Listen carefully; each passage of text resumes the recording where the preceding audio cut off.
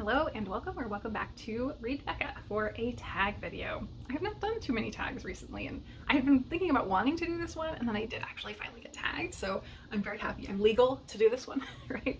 And this was one that Shelley Swearingen originated, discussing or processing how we individually booktube, processing our own practices and how we think of booktubing. And I was tagged by Sue Jackson. Sue is someone that I just discovered this year, and it's kind of one of those people you discover and are just kind of thinking, where have I been? This person is so established, so articulate, and how have I not known about their channel? And then you see the subscriber count, and I think Sue should have 10 times the subscribers because she's been around the bookish community and in bookish spaces for a long time, and that clearly shows through her passion and ability to communicate about books. And so I really have been enjoying following Sue's content. And she also talks about her experiences with chronic illness, and I love following that and seeing her vlogs. She has these wonderful, very outdoorsy vlogs, despite the fact that she is struggling with and managing a chronic illness, and she shares those details, and I really love that personal side to her content beyond the bookish side. So definitely Sue is someone who deserves to have 10 times as many subscribers, and you should check her out. So that is my shout out for now. Let's dive into the questions here, and I don't have to get out any books, so I love that. So number one is, what has surprised you the most about BookTube, both in a good way and a bad way? I think how welcoming it is. I certainly was someone who had a lot of channels that I subscribed to before I ever joined as a channel of my own. And my perception was that, you know, if you were a smaller booktuber and you didn't have aspirations to grow really, you wouldn't really have a following. Like, you were going to be shouting into the void. And that has not really been the case. In my experience, there's been a lot of positive feedback and participation, even though I am a quite small channel. As far as what has happened in a bad way, I would say it's just the amount of time that it takes. Really, you have to do all the reading. I do a lot of reading for sure, and sometimes I feel like BookTube is cutting into my reading, even though I read so voraciously. So it definitely is a balance that you have to find between BookTube as a hobby and reading as a hobby, and that has been a challenge for me throughout since I started. Question number two, how do you balance reading and BookTube with the rest of your life? Oh, so same question, really. I should have prepared more. So how I balance is kind of day to day. I really assess on almost a weekly basis when I'm looking at where I am at on the weekends, mainly when I'm doing my weekend catch-up videos. I kind of look at how I'm feeling about what I have time to do in the upcoming week. Is it just going to be a weekly catch-up? Do I have time to actually read what I need to get done or want to get done, as well as making extra videos beyond that weekly catch-up? I do really like having a structure in place. So I think that's where I'm at on processing my balance, is just at a week to week pretty much. Number three, have you ever thought about starting a Patreon? I have thought about it, in that I don't think I would ever do that. Not that I judge people who do, it's just not a priority to me to profit out of this or monetize my channel whatsoever. Number four, have you made any mistakes on BookTube? I think I make mostly mistakes on BookTube, or what other people would perceive as mistakes. I don't really pay attention to lighting, I am terrible at editing, and I haven't really put forth a major effort into scripting or planning a lot to do with videos. I have ideas, certainly, but I don't bullet point out most of my videos even, or script at all. So I think most people would consider that a mistake. But I think more specifically, something that is actually a mistake that bothers me is that you can't remember channel names, or you can't say channel names right. It happens all the time, and it's so annoying because even channels that you may have followed for years, or you interact with them directly all the time, you will screw up saying their name at some point. And I have, made the decision that I'm not going to go back and edit in just for a channel name. I always link the details in the description, so the proper channel name is there. But of course it comes across as, oh yeah, you're saying you know this person really well, or you've watched them for a long time, but you can't even get their channel name right. No, your brain just autocorrects and says dumb stuff sometimes, and that's okay. But it is a mistake, and it does really annoy me when I notice that I've done that. Number five, do you have any advice for new booktubers? I would say, for myself, I think that you should probably start where you're at and don't put a whole lot of money into things. But also, you should probably invest in the cheap tripod. I made the mistake of maybe letting it go too long. I was doing the piles of things and putting my camera on piles of things every time I filmed, and that was a pretty significant hassle, or just an annoyance, definitely, to have to do that every time you film. And I let it continue on for over a year because I am very much that person who will not spend money. If things are fine or passable, if you know, I can make it continue working, I'll make it continue working. And so I did. And then finally I was just like, yeah, I should just add a $15 tripod onto this. And I got one. I'll try and insert a picture. It's very cheap. It's a tripod / selfie stick combo. Goes up to 5 feet extension, so you can do it standing, great, or you can shorten it to do it on top of surfaces, like it's on top of my coffee table right now. And it holds your phone. You can tilt it different ways. It's super simple. It has made that setup aspect much less aggravating, even though it was such a small thing and $15 is not really anything significant to me. I just put it off way too long. So definitely invest in a tripod, I think. Number 6, what are your thoughts on the YouTube algorithm? I don't really have a lot of thoughts on the YouTube algorithm. I don't pay too much attention to numbers. Personally, I avoid them as much as possible. There are some numbers you can't really get away from on the dashboard when you're uploading videos and whatnot, but I mostly try to avoid that. I don't do anything to try to cater to the algorithm whatsoever.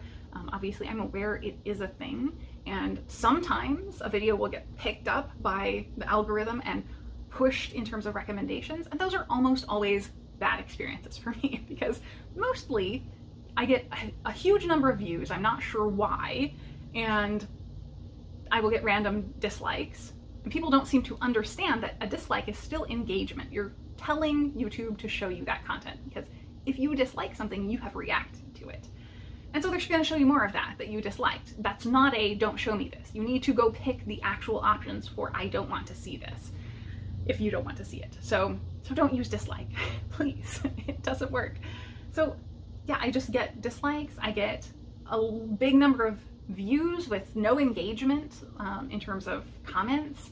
And I'm like, you know, what was this influx? Was it just randomly that they put this video on some sort of promotion or on a front page somewhere, or what? Or did it go viral and somebody actually shared it and I did something that people are coming to look at? Did I do something weird in this video? It's very unsettling, really. If I did actually ever have a video go viral, I think the most I've ever had is several hundred views. If I got like thousands and thousands of views, I might actually private my channel for a while. I would probably freak out. So yeah, I don't like the algorithm in general because it is not transparent about what it's doing at all, and it can be very unsettling that things rapidly change suddenly and they don't behave really the way you want and you can't control them. Questions 7A and 7B kind of go together. How do you decide what videos to make, and are you ever overwhelmed with video ideas? So I have a structure to some degree. I like the routine video. So I like having a weekly chatty catch-up video. I like having a monthly wrap-up, and those are sort of built into my framework. Beyond that, I may have things that are required, I would say, in terms of events that are going on at a certain time, readathons and bookish challenges. I would say Booktube prize judging is certainly in that category. So all of those things are things I have to deliver at a certain time, and I like having that built into my filming. And once we go beyond that is where we get into the are you overwhelmed, I think, because I do have more ideas than I ever could possibly execute. I used to keep track, I think until last year, and I stopped because literally my journal section where I was keeping track of ideas got so full, I just was overloaded, and I was like writing in margins, and I couldn't deliver them before some of them were no longer timely or really relevant to what people were discussing. They may come back around, but some of them were certainly time sensitive and to do with things going on in the world at the time. You know, others are on the back burner and still in my mind, but I would rather react to what's on my mind right at the time and I'm feeling excited about than just keep track of all these bajillions of ideas and have a whole list that I'm never gonna get to. So yeah, I have a load of ideas, but I don't really feel overwhelmed by it. I feel like I'm able to react when I have time and energy to deliver a video that's outside of my routine.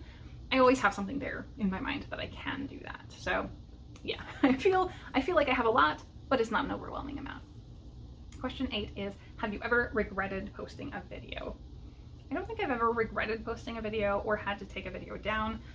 I would say for reviews specifically, there have been some where I've maybe not communicated clearly what I was trying to say, and I've had regrets about that. Not even regrets.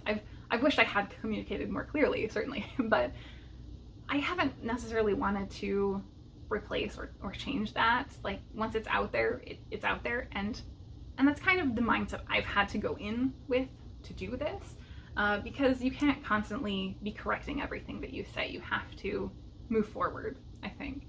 And if I were constantly updating every review as I find problems with them, I would never be moving forward onto any new books, because I would just constantly be correcting old things that I had said. So it's always a balance, unfortunately. 9A and 9B are together again. Are the number of views / subscribers meaningful to you, and are they a measurement of success? So they're meaningful in that it's a number of people who are here on my channel wanting to hang out and talk about books with me. And that is meaningful. Are they a measure of success? For me, not really. I think they are for some people who are specifically looking to have a large number of people watching their videos who are looking to monetize their channel or support themselves through Booktube. That certainly makes sense. If they're wanting to grow their channel specifically and reach the maximum number of people, that is a measure of success at doing that. For me, I'm looking for people who are here to interact with me, people who are here to have meaningful conversations and engagement together. I could, back to the earlier prompts, I could produce this much more, certainly, and draw in users. But I'm a little ethically opposed to marketing gimmicks and clickbait listicles. I hate a listicle. And I think those would absolutely drive users to me. But would it be the kind of users who are going to provide me what I am looking for? I don't know. I think probably not. So it might give me more people, more numbers, but those numbers do not translate to the thing that I'm looking for. So that's not success for me, I think. Number 10, are you disappointed by the growth on your channel? No, not at all. Going into this, I had multiple years as a viewer, and so I kind of had thought about it and paid attention, I guess, to channels that would be like what I was intending to do, have a similar presentation, very unedited, very casual, and not very produced, and wide-ranging books, not reading the hyped stuff. So I really expected I would never get over 100 subscribers, much less as many as I have now. And so everything over that has been like, this is wild. I can't believe that this many people are actually interested in what I'm saying. And mostly, I have a very good engagement rate, I would say, considering what I see from many other larger booktubers. The kind of ratio is really good, I would say. So I think that has worked in my favor, that I have specifically not tried to grow my numbers more so than actively participating with people. So yeah, I think my growth is actually great. Number 11 is, have you ever thought about quitting Booktube? Yes, all the time.